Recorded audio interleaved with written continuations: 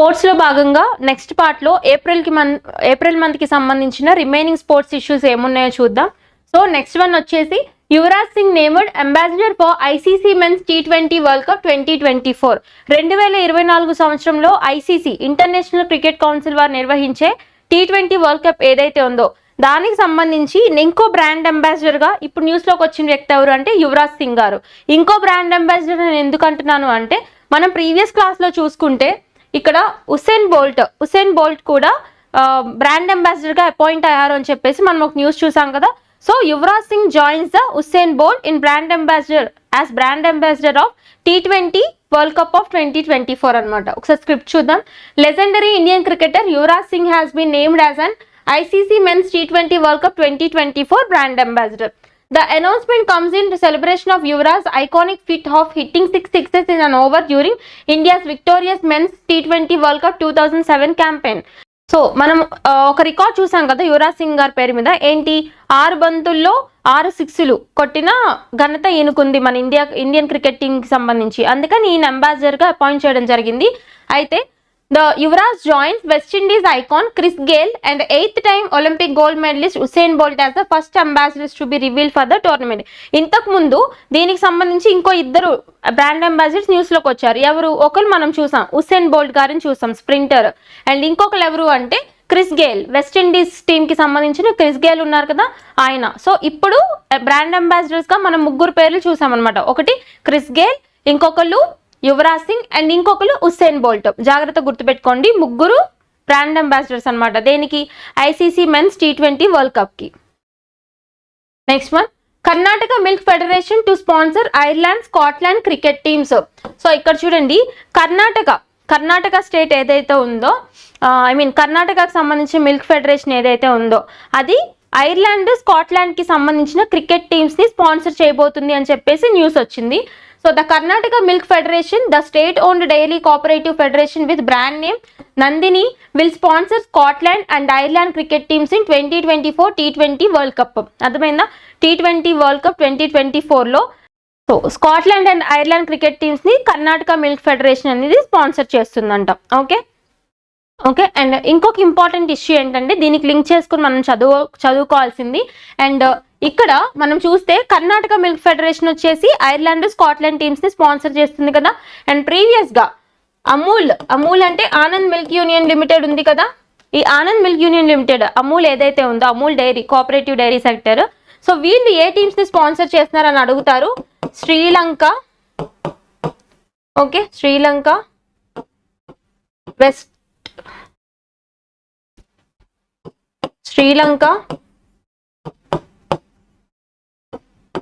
South Africa, USA. ఓకేనా? ఈ teams ని స్పాన్సర్ చేసేది ఎవరు అంటే అమూల్ వాళ్ళు ఏ టీమ్స్ స్పాన్సర్ చేస్తున్నారు? Sri Lanka, South Africa and USA అనమాట. సో గుర్తుపెట్టుకోండి, ఏ ఫెడరేషన్ వాళ్ళు ఏ టీమ్స్ ని స్పాన్సర్ చేస్తున్నారు అని అడుగుతారు. And next one, India wins 8 medals in 2024 archery world cup stage held in Shanghai. Shanghai అంటే ఇక్కడ చైనాలో ఉంది కదా. సో చైనాలో ఉన్న షాంఘైలో ఏం జరిగింది 2024 archery world cup. So archery అంటే ఏంటి? విలువిద్య ఉంటుంది కదా, ఈ గేమ్ని ఆర్చరీ అని పిలుస్తాం కదా మనం. సో ఈ 2024 ఆర్చరీకి సంబంధించిన వరల్డ్ కప్ స్టేజ్ 1 షాంఘైలో జరిగింది, చైనాలో. దానికి సంబంధించి ఇండియా ఎన్ని మెడల్స్ గెలుచుకుందంట? 8 మెడల్స్ గెలుచుకుంది. అవేంటో చూద్దాం. India top the medal tally with 8 medals. So ఇండియానే టాప్ అనమాట. 2024 ఆర్చరీ వరల్డ్ కప్ షాంఘైలో జరిగింది. దాంట్లో ఏ కంట్రీ టాప్లో వచ్చిందంటే ఇండియా విత్ 8 మెడల్స్. అందులో 5 golds, 2 silver, 1 bronze medal at 2024 Hyundai Archery World Cup Stage 1 held in Shanghai, China from 23rd to 28th April. South Korea and Spain finished second and third with 7 and 2 medals respectively. Second and third positions లో ఎవరున్నారంటే South Korea and Spain. ఆర్డర్లు అడిగితే India, South Korea, Spain. India ఎన్ని medals? 8 medals. ఓకేనా? చూద్దాం ఆ medals ఏంటో చూద్దాం. సో ఇవి చూడండి, men's recurve team Tarundeep Rai, Mrinal Chauhan, Pravin Jadhav, Dhiraj Bommadevara gold అనమాట. ఇది ఒక టీంలో గోల్డ్ మెడల్ వచ్చింది. And mixed compound Jyothi and Abhishek Verma gold. And women's individual compound Jyothi Vennam gold. Men's compound టీంలో ఎవరున్నారు? Riyansh, Prathamesh, fuse and Abhishek Verma, Rajat Chauhan gold. Next women's compound team Avneet Kaur, Parneet Kaur, Aditi Gopichand Swami, Jyothi Surekha Vennam. So gold. Men's compound individual Priyansh silver medal.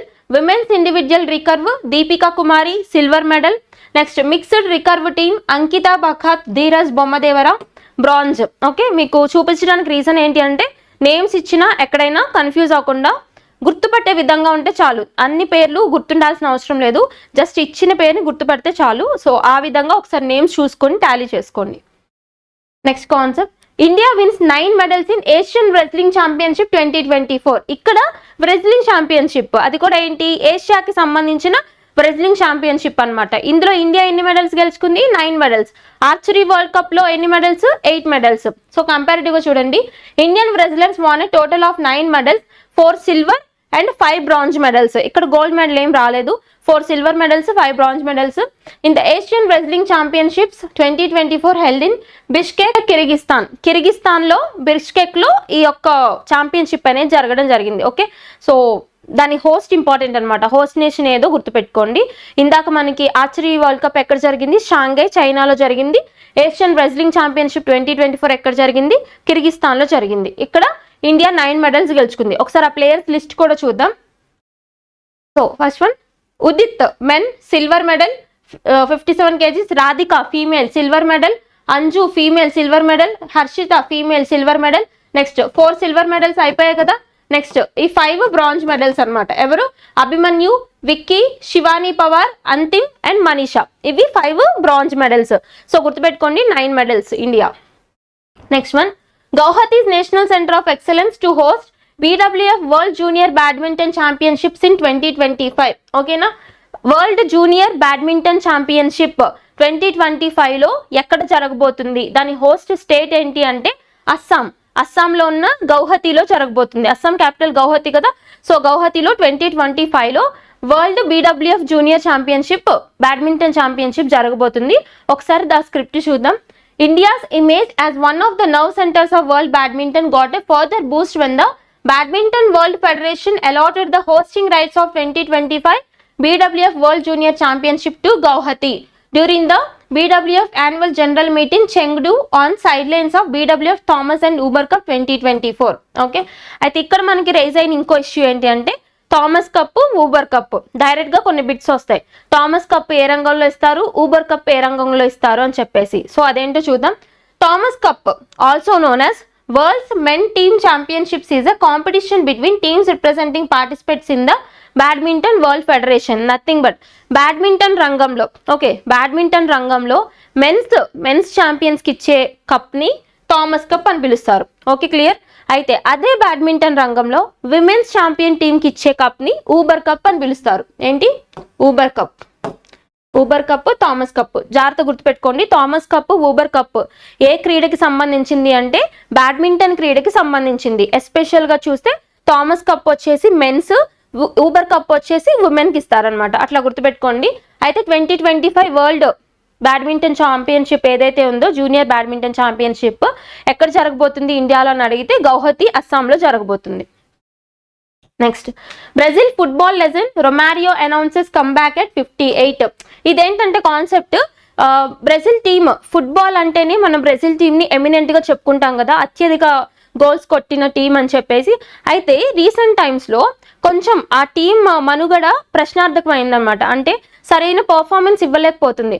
అందుకోసం గాను Brazil కి సంబంధించిన రిటైర్డ్ ఫుట్బాలర్ ఎవరైతే ఉన్నారో, eminent footballer who was retired previously, already ఆయన retirement తీసుకున్నారు. ఆయన ఆ టీం పరిస్థితి చూడలేక మళ్ళీ రిటైర్మెంట్ ని వెనక్కి తీసుకుని మళ్ళీ టీంలోకి రాబోతున్నారు అనమాట. ఆయన పేరేంటి అంటే రొమారియో.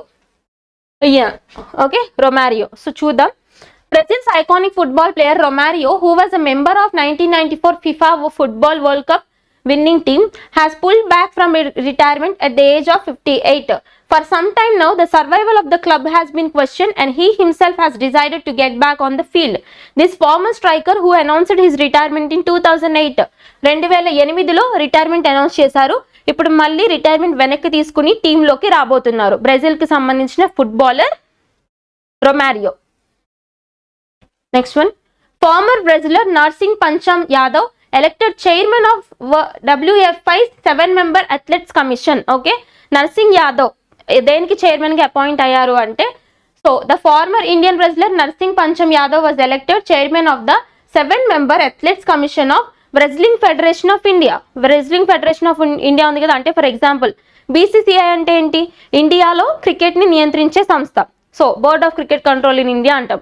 అలాగే wrestling federation of India WFI అంటే ఇండియాలో రెజ్లింగ్ అంటే కుస్తీ పోటీలు ఉంటాయి కదా, సో ఈ రెజ్లింగ్ ని నియంత్రించే సంస్థ రెజ్లింగ్ ఫెడరేషన్ ఆఫ్ ఇండియా అన్నమాట.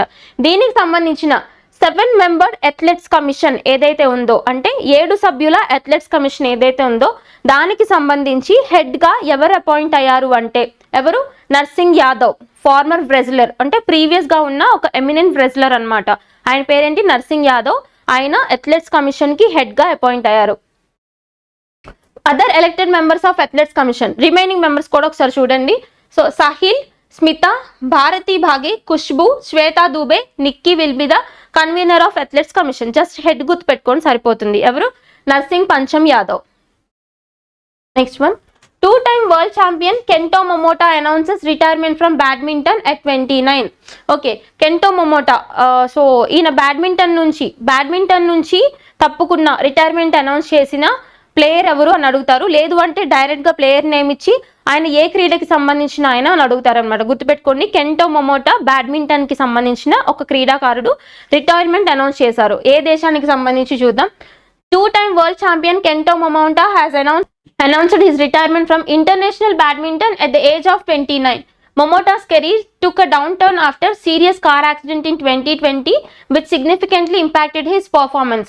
2019 వరకు కూడా చాలా ఎమినెంట్ ప్లేయర్ అన్నమాట. కానీ 2020 తర్వాత ఒక కార్ యాక్సిడెంట్ వల్ల ఈయన యొక్క హెల్త్ కెపాసిటీ అనేది తగ్గింది. సో దాని తర్వాత పర్ఫార్మెన్స్ తగ్గడం జరిగింది. సో రీసెంట్ గా ఇప్పుడు 29 years ఆఫ్ ఏజ్ లో కెంటో మొమోటా అనే ఒక former badminton player retirement announce చేశారు. సో ఈయన ఏ దేశానికి సంబంధించిన ఆయన అంటే చైనా. సో ఈయన ఏ దేశానికి సంబంధించిన ఆయన అంటే జపాన్ అన్నమాట. ఓకే, కెంటో మొమోటా పేర్లో ఉంది కదా, జపాన్ దేశానికి సంబంధించిన బ్యాడ్మింటన్ క్రీడాకారుడు కెంటో మొమోటా రిటైర్మెంట్ అనౌన్స్ చేశారు. Next one, Casper Ruud wins Barcelona open, Rybakina clinches Stuttgart open. ఇక్కడ బార్సిలోనా ఓపెన్, స్టుగార్ట్ ఓపెన్ ఈ రెండిట్లోని ఎవరు గెలిచారు అని పేర్లు చూడండి సరిపోతుంది. World number 6 ranked player Casper Ruud of Norway defeated Stefanos Tsitsipas of Greece to win the ATP Barcelona Open. So ఇక్కడ ATP Barcelona Open ని విన్ అయిన ప్లేయర్ ఎవరు అంటే క్యాస్పర్ రూడ్. అండ్ స్టుగార్ట్ ఓపెన్ ని గెలిచిన ప్లేయర్ ఎవరు అంటే రిబాకినా అని గుర్తుపెట్టుకోండి. సో స్టుగార్ట్ ఓపెన్ ని గెలిచిన ప్లేయర్ ఎవరు అంటే రిబాకినా. సో డైరెక్ట్ గా నేమ్స్ గుర్తుపెట్టుకోండి, ఏ టోర్నమెంట్ లో గెలిచారో గుర్తుపెట్టుకోండి సరిపోతుంది. Next one, Derek Underwood legendary England spinner passes away at 78. England కి సంబంధించిన ఒక స్పిన్నర్, ఓకేనా, ఇంగ్లాండ్ సంబంధించిన స్పిన్నర్ డెరెక్ అండర్వుడ్ మరణిస్తూ వార్తల్లో నిలిచారనమాట. ఓకే, మనం అన్ని కవర్ చేయాలి కాబట్టి మరణించిన వాళ్ళని కూడా డిస్కస్ చేస్తున్నాం. సో జస్ట్ మీరు గుర్తుపెట్టండి ఏ దేశానికి సంబంధించిన ప్లేయర్ అండ్ ఏ స్పోర్ట్ కి సంబంధించిన ప్లేయర్ అనేసి గుర్తుపెడితే సరిపోతుంది. So former England spinner Derek Underwood affectionately known as deadly for his unparalleled skill on cricket field has dead at age 78. Okay, cricket లో స్పిన్నర్ అనమాట ఈయన. ఇంగ్లాండ్ క్రికెట్ టీమ్ కి సంబంధించిన స్పిన్నర్ డెరెక్ వుడ్ మరణిస్తూ వార్తల్లో నిలిచారు. Next one, Sri Lanka records highest ODI run chase in women's cricket. ఇక్కడ women's cricket లో మహిళల క్రికెట్ లో ODI ఇంటర్నేషనల్ అంటే వన్డే ఇంటర్నేషనల్స్ లో సో హైయెస్ట్ రన్స్ రికార్డ్ ని నమోదు చేసిన టీం ఏది అని అడుగుతారు. శ్రీలంక టీం అనమాట. గుర్తుపెట్టుకోండి, ఏంటి ODI క్రికెట్స్ లో అంటే వన్డే ఇంటర్నేషనల్స్ లో హైయెస్ట్ రన్స్ రికార్డ్ చేసిన విమెన్ క్రికెట్ టీం ఏది అంటే శ్రీలంక టీం అనమాట. ఓకేనా, Sri Lanka became the first team in women's ODIs to చేస్ down 300+ runs target successfully. The previous highest successful target chased in the format was 289 by Australia against New Zealand. ఇప్పటి వరకు ఈ record ఎవరి పేరు మీద ఉంది అంటే ఆస్ట్రేలియా టీం కి సంబంధించి రికార్డ్ ఉంది. అంటే అప్పుడు ఎంత 289 రన్స్ ఆస్ట్రేలియా టీం. సో ఈ రికార్డ్ ని బ్రేక్ చేశారు. ఎన్ని రన్స్ తో 300 క్రాస్ చేసి ఈ రికార్డ్ ని బ్రేక్ చేసిన విమెన్ టీం ఏది అంటే Sri Lanka women's cricket team. Next one, former tennis world number 1 Garbine Muguruza of Spain announces retirement. ఇక్కడ ఒక టెన్నిస్ ప్లేయర్ అంటే ఒక టెన్నిస్ క్రీడాకారిణి స్పెయిన్ కి సంబంధించిన టెన్నిస్ క్రీడాకారిణి రిటైర్మెంట్ అనౌన్స్ చేసి న్యూస్ లోకి వచ్చారు. ఆవిడ పేరేంటి? గార్బెన్ ముగుర్జా. ఓకేనా, స్పెయిన్ కి సంబంధించిన క్రీడాకారిణి అనమాట. సో చూద్దాం. Spanish women's tennis player Garbine Muguruza Blanco, a two-time Grand Slam championship in singles and former world number 1, has announced her retirement from professional tennis at the age of 30. She became the first Spanish woman to win a Grand Slam singles title since Arantxa Sánchez. Okay, so Spain కి సంబంధించిన tennis player అనమాట. Retirement announcement చేశారు. ఆవిడ ఎవరు అంటే గార్బెన్ ముగుర్జా. Okay, so Spain కి సంబంధించిన tennis player retirement announce చేస్తూ న్యూస్ లోకి వచ్చారు. ఆవిడెవరు అంటే గార్బెన్ ముగుర్జా. జస్ట్ గుర్తుపెట్టుకోండి, ఏ క్రీడకు సంబంధించిన ప్లేయర్, ఏ దేశానికి సంబంధించిన ప్లేయర్ అని చెప్తే సరిపోతుంది. Next one, Red Bull's Max Verstappen claims maiden Chinese Grand Prix victory. And మళ్ళీ మనం రెడ్ బుల్ ఫార్ములా 1 రేస్ అంటేనే ఎవరు ఎమినెంట్ అని చెప్పాం, మ్యాక్స్ వర్స్టాపెన్ అని చెప్పాం కదా. సో ఈయన గెలిచిన ఇంకొక గ్రాండ్ ప్రిక్స్ ఏంటి అంటే Chinese Grand Prix event. So ఈయన యొక్క లోగో ఏంటంటే రెడ్ బుల్స్ అనమాట, రెడ్ బుల్ డ్రైవర్ ఈయన. సో ఈయన display of sheer dominance Max Verstappen of Red Bull racing claimed a resounding victory at the long-awaited Chinese Grand Prix event, extending his lead in the 2024 World Championship. Okay, Chinese Grand prix గెలిచిన F1 racer, formula 1 racer ఎవరు అని అడిగితే max Verstappen. మీకు maximum F1 racings గురించి question కి సంబంధించి answer తెలియకపోతే maximum 80% వరకు మ్యాక్స్ వెర్స్టాపెన్ ఆన్సర్ అయి ఉంటుంది. ఎందుకంటే ఫార్ములా 1 రేసెస్ లో he was the eminent player అనమాట. ఓకే, గుర్తుపెట్టుకోండి, very very important personality, Red Bull driver ఆయన. Next, Divith Reddy Adulla and Sharvanika ASR world cadet rapid 2024 under eight open and under ten girls champions. ఓకేనా, ఇది తెలంగాణ రీజనల్ ఇష్యూస్ కి ఇంపార్టెంట్ అవుతుంది. చూడండి, తెలంగాణ యంగ్ చెస్ ప్లేయర్ ఎవరు? Young chess player Adulla Divith Reddy created a sensation. Divith Reddy won the under eight open category of world cadet rapid chess championship. Okay, అల్బేనియాలో world cadet chess championship జరిగింది అల్బేనియాలో. So అక్కడ తెలంగాణకి సంబంధించిన అండర్-8 కేటగిరీలో దివిత్ రెడ్డి ఛాంపియన్ గా అవతరించాడనమాట. So 8 years, so very small age కదా. చూడండి, next, the Commonwealth Under-10 Girls 2023-24 gold medalist Sharvanika AS clinched another gold at World Cadet Under-10 Girls Rapid. Under-10 Girls Rapid లో ఎవరికి వచ్చింది? శర్వానికాకి గోల్డ్ మెడల్ రావడం జరిగింది. సో పేర్లు గుర్తుపెట్టుకోండి. ఏ కేటగిరీ చూడండి, అండర్-8, అండర్-10 గర్ల్స్. ఓకేనా, ఎక్కడ జరిగింది ఈవెంట్? అల్బేనియాలో జరిగిన క్యాడెట్ చెస్ ఛాంపియన్షిప్ లో దివిత్ రెడ్డికి శర్వానికాకి మెడల్స్ రావడం జరిగింది. వాళ్ళు తెలంగాణకి సంబంధించిన చెస్ ప్లేయర్స్ అనమాట. Next one, Takshvi Vaghani sets new world record for the lowest limbo skating over 25 meters. మనం చూస్తే, సో లింబో స్కేటింగ్ చేస్తూ ఒక వీడియో వైరల్ అయింది కదా, మనం చూసాము. సో దానికి సంబంధించిన ఆర్టికల్ అనమాట ఇది. ఆవిడ పేరేంటి అంటే Takshvi Vaghani. Okay, lowest limbo skating చేసి రికార్డ్ అధిగమించారు. పేరేంటి? తక్ష్వి వఘాని. స్క్రిప్ట్ చూద్దాం. In a remarkable display of skill, flexibility and unwavering determination, India's young skating sensation Takshvi Vaghani has etched her name in the record books by setting a new world record for lowest limbo skating over 25 meters. అంటే 25 meters at a single time skate చేశారు. That to lowest limbo skating అంటే ఏంటి? Just earth నుంచి only 16 centimeters, అర్థమైందా? Earth నుంచి just 16 centimeters height లోనే ఆవిడ skating చేశారనమాట ఇట్లా. ఓకే, సో ఆవిడ పేరేంటి అంటే Takshvi Vaghani. Next, Bernard Holzenbein former German footballer 1974 world cup winner passed away. ఇక్కడ ఒక ఫార్మర్ ఫుట్బాల్ ఎమినెంట్ ప్లేయర్ ఎవరైతే ఉన్నారో ఆయన మరణిస్తూ వార్తల్లో నిలిచారు. ఆయన పేరేంటో చూడండి. ఏ క్రీడకి సంబంధించి అండ్ ఏ దేశానికి సంబంధించిన పర్సన్ గుర్తుపెట్టండి సరిపోతుంది. ఫార్మర్ జర్మన్ ఫుట్బాలర్, జర్మనీకి సంబంధించిన ఫుట్బాల్ ప్లేయర్ అనమాట. సో బర్నార్డ్ హాల్జెన్బెయిన్, ఆయన పేరేంటి? Bernard Holzenbein, who won the 1974 World Cup with West Germany, passed away at the age of 78. He was born on 9th March 1946 in Runkel, Germany. Okay, that's all about the sports issues covered in the month of April 2024. Keep learning. Thank you.